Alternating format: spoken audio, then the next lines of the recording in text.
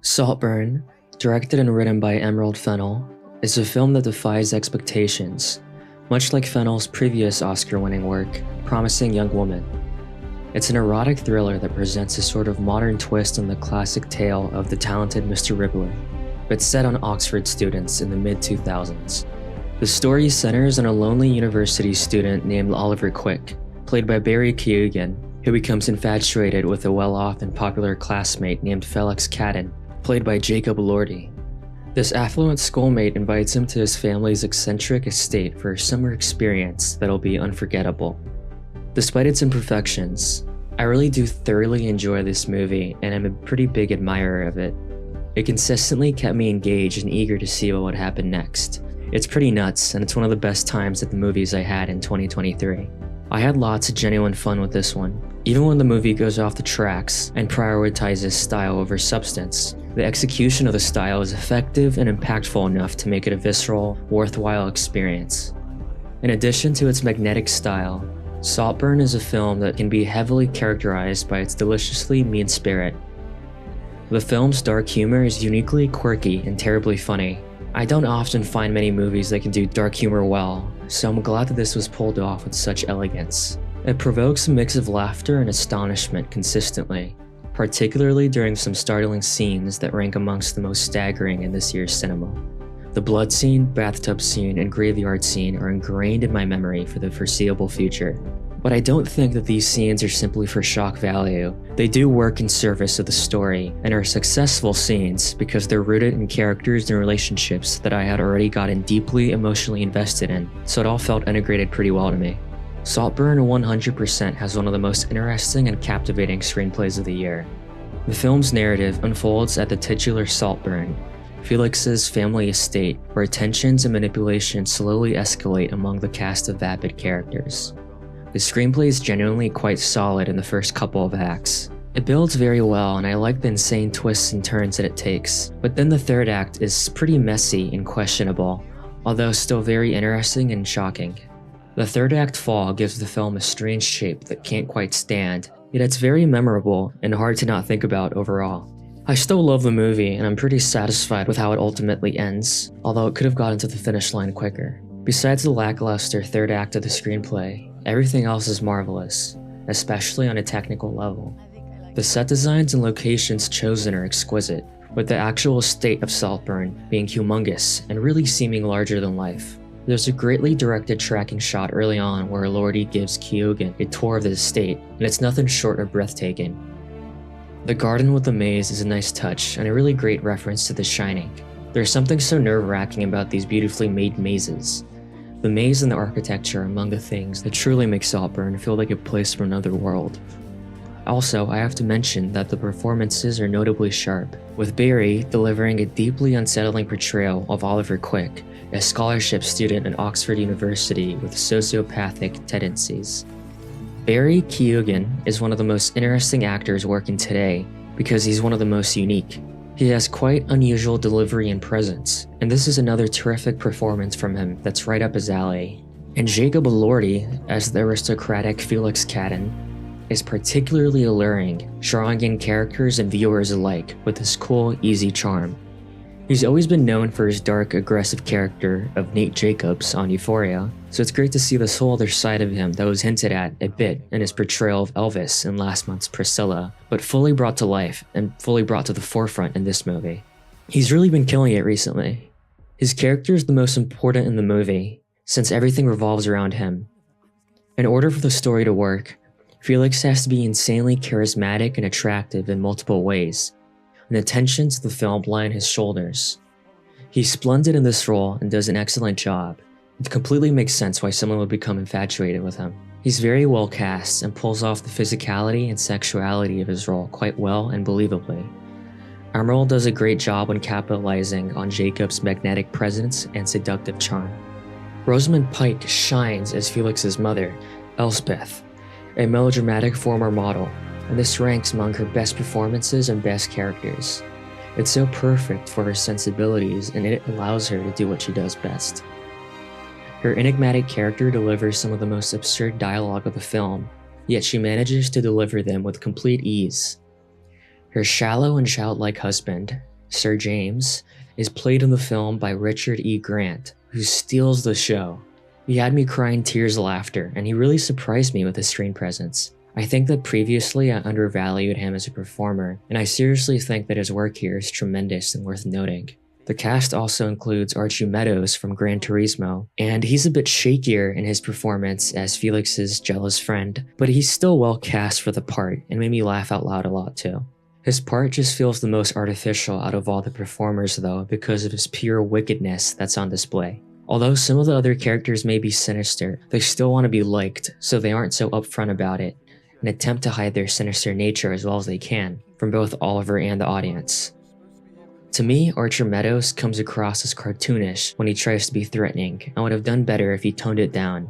And lastly, I have to give a shout out to Carey Mulligan, who's reuniting with Emerald here after working together on Promising Young Woman, and she blew me away in her few minutes of screen time in the first act. She was really perfect for the part. The look of her character makes her nearly unrecognizable, and it's amazing. It's beyond comical and works nicely for the vibe of the movie. Emerald Fennell knows exactly what she's doing and knows how to entice an audience.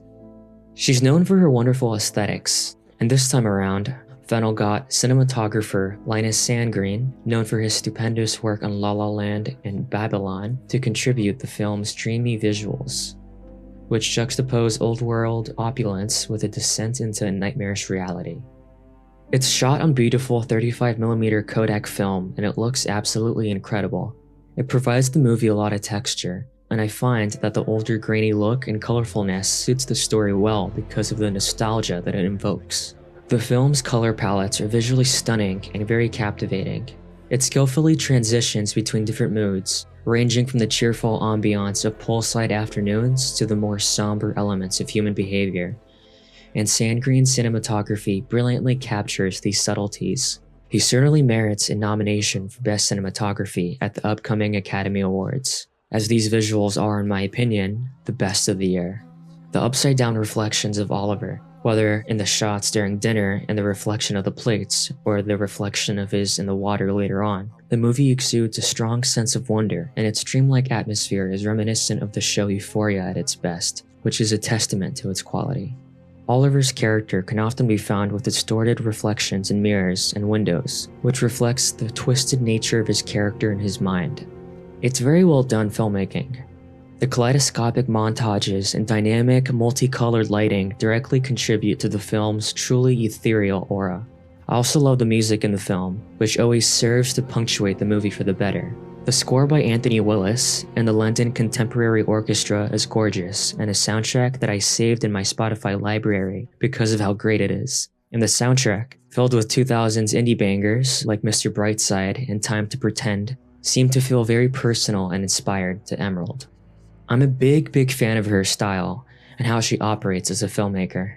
I also think that Emerald really excels, specifically knowing how to direct her actors. Everyone seems to clearly be on the same wavelength about the tone. She has a clear vision that carries through the film. Fennell masterfully captures both genuine tension and authentic sexual chemistry between the characters, which is a challenging feat to pull off well. This authentic portrayal makes the film truly captivating and absorbing, with every interaction carrying significant weight. The blocking in space between Felix and Oliver is always intentional and meaningful. It kinda reminds me of Call Me By Your Name, but much more demented and depraved.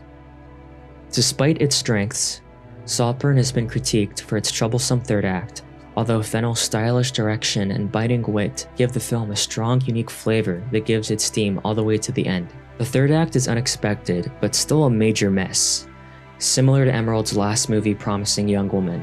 Despite this, I enjoyed the wild swings that Fennell takes, and am impressed with how daring she is. It's better to try something new and somewhat fail than to do the same thing that everyone else is doing. She does lots of cool stuff here. The last shot, which is a tracking shot, bookending the tracking shot earlier in the film, left me speechless in the best way possible. Emerald is certainly one of the most provocative young artists working today. I'm a particularly big fan of Emerald Fennell's writing style because of how honest and raw it is, as exemplified in works like Promising Young Woman and Saltburn, where she vividly portrays her unique approach to storytelling. She seems to channel her pervasive thoughts into narratives. In Promising Young Woman, she explores the theme of vengeance in a strikingly bold manner, presenting a woman who methodically plots against men as a form of retribution for past wrongs. This film stands as a stark representation of Fennell's ability to weave complex, dark fantasies into a compelling narrative, challenging societal norms and expectations. Similarly, in Saltburn, she delves into the world of obsession and unrequited love, depicting a character so enamored with a popular kid and what happens when they spend a summer together, again reflecting Fennell's knack for exploring deep, often unspoken desires and obsessions. Her stories are more than just tales. They're windows into her own fantasies and thoughts, masterfully brought to life through her unique voice and daring choices. This approach not only entertains but also provokes thought, pushing boundaries and exploring the darker facets of human nature and desire. In summary, Saltburn is a film that offers a rich, if slightly familiar, exploration of dark human nature and societal norms, punctuated by impressive performances and visually stunning cinematography. I found lots of joy in the pure visceral experience of it that goes a long way for me. It's perfectly titled, as the title Saltburn can symbolize the burn or intense impact of the experiences that the characters undergo over the course of the story, and could also represent the painful, stinging revelations and transformations experienced by the characters, akin to the sting of salt in a wound. I'm rating Saltburn a 9 out of 10, and I would highly recommend it. It's very twisted and pretty wild, and it plays great with a large crowd in theaters, especially for late-night weekend showings.